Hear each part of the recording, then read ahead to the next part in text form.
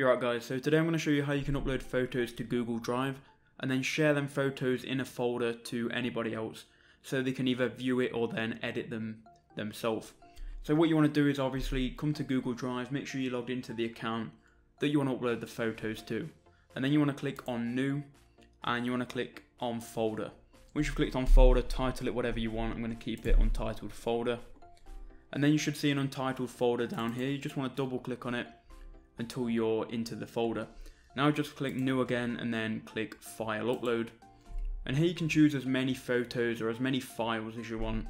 I'm just going to choose two here. I'll choose these three here from a video on my other channel which teaches people how to make money online. If you want to check that out, I'll leave it in the description below. When you've uploaded them, you simply need to do this. I'll just wait for them to upload.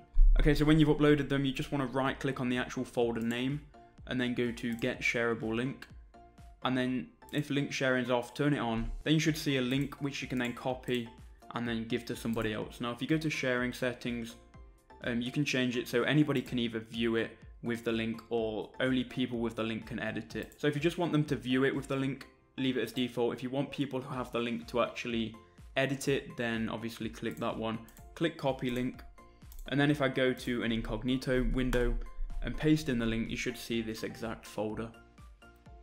So there you go, that's all you need to do to upload files to Google Drive and then share them with a link. Cheers for watching guys, please leave a like if it helped you out, subscribe for more videos, and I'll see you in the next one.